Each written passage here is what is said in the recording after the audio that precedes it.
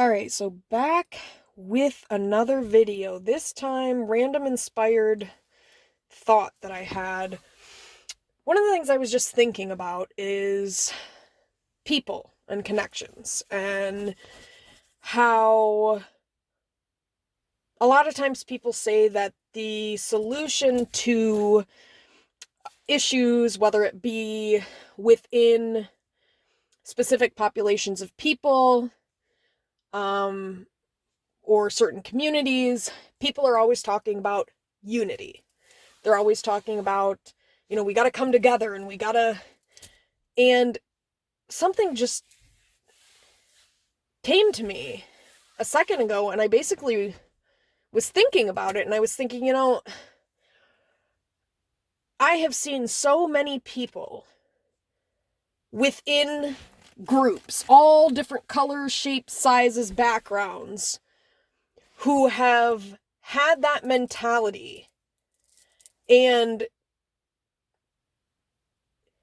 due to that mentality have kept themselves stuck or held themselves back because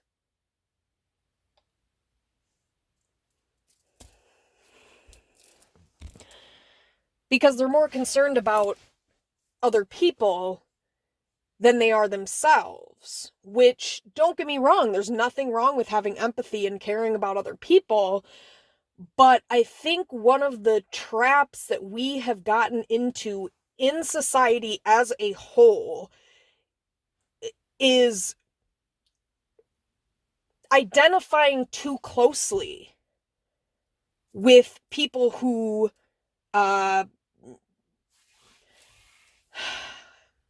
share certain similarities to us, or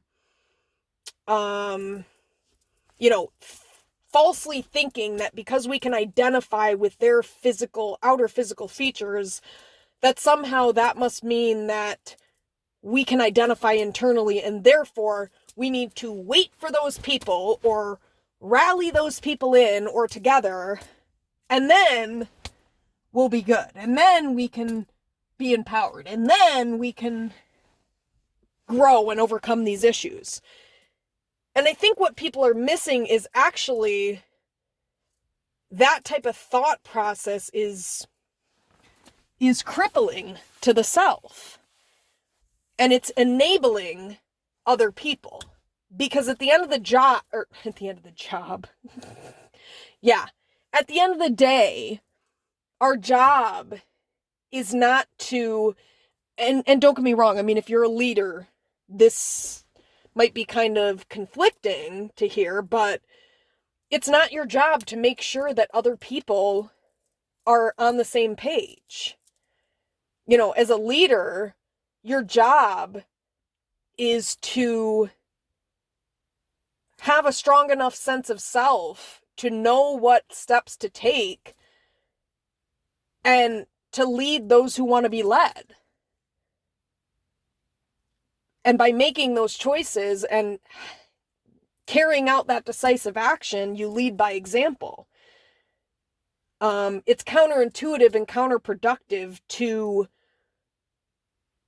drag along with you people because you identify with them in some way, shape, or form, whether this be family, whatever it is that connects groups. So, and this goes for, smaller groups and bigger groups. So families or populations, races of people, quote unquote, who look like each other, quote unquote. You see this a lot there. And it's almost like because these labels are being placed on so many things, these labels of family, these labels of, a certain race, a certain gender, because we get so fixated on that, we then make the mistake of thinking that the 3D should reflect our spiritual journey, or the 3D should reflect upon – or should influence the decisions we make. And that's the whole purpose of ascending. That's the whole purpose of really self-differentiating and discovering who you are outside of any group, whether that be race, gender, family. It's important to discover who thyself is outside of any of these weird labels. I mean, I don't mean to say weird, but these constraining labels that we place on ourselves, others, and then those things then become excuses or reasons or explanations as to why we then behave the way that we behave, because, well, my family, or because, well, this person looks like me and I feel obligated to them, or they're my family, so I feel obligated to them. You and this is where ascending becomes so important, because getting to a place where you recognize that none of that is real. Yes, you share the same blood as those people, the same genes. Yes, you do look the same as certain people, or similar to certain people. You share similar traits to other people. And it's the narrative that we attach to that then becomes dangerous. I looked at the clock at 6:22. God damn. Personal relevance to me. I was born at 6:22 p.m. and some other shit I'm not going to put out there. But anyway.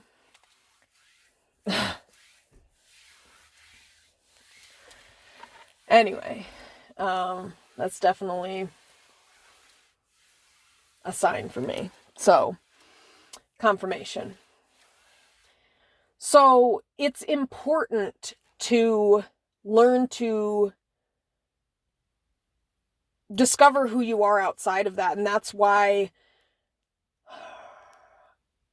breaking free from your family of origin and discovering who you are outside of that, breaking free from the confines and the boxes that were placed in society, like being told that you're quote unquote this race, or quote unquote this gender, or quote unquote this whatever.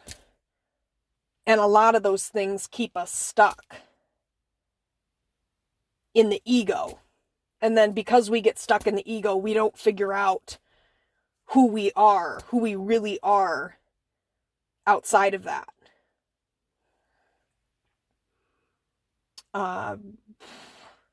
Which prevents us from being able to self-actualize.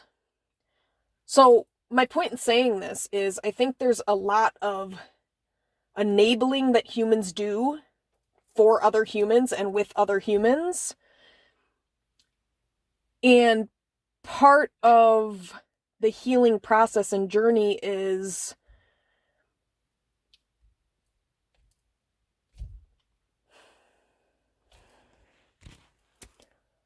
learning to break free from those original dynamics or original labels that are placed on us and dig deeper.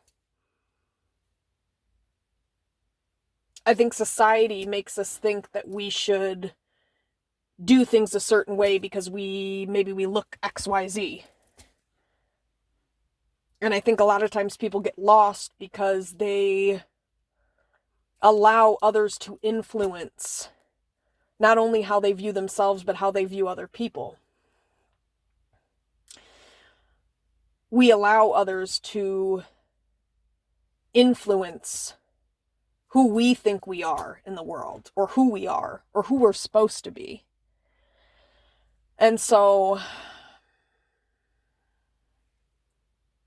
the best thing that you can really do is take a step back from everyone and everything and look beyond those original labels that were placed on you and ask yourself the question, who am I really? And what is my mission here outside of, and getting to that point where you answer that question requires finding a certain amount of independence and freedom, not only physically, but emotionally as well. And that requires healing. So, not maintaining codependent connections or connections with people who influence your decisions or influence you emotionally to the point where you are making decisions that are hurting your own life. I think we are so programmed to such a deep and on such a deep level that some of us don't even realize we're sabotaging ourselves and our entire lives.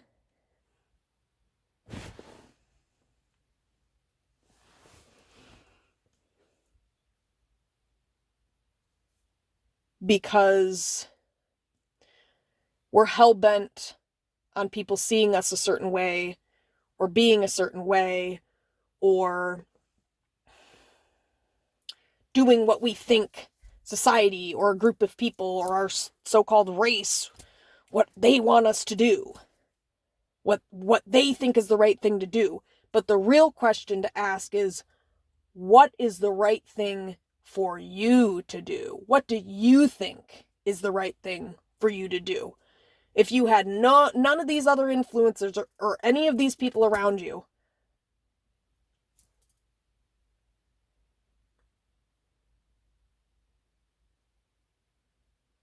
what would you do?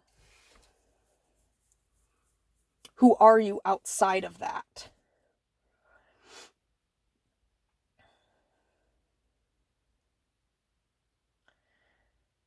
And I think that we get stuck in these generational curses and these generational patterns get passed down and down and down because fear. We're living in these patterns, and these patterns are rooted in fears that have been passed down. They're rooted in trauma that has been passed down. And so we continue to do these things as a supposed means to protect oneself or protect our family or protect whatever. But really, we're not healing the fear and recognizing that there's nothing to protect. Your fear is actually fucking you out of your destiny.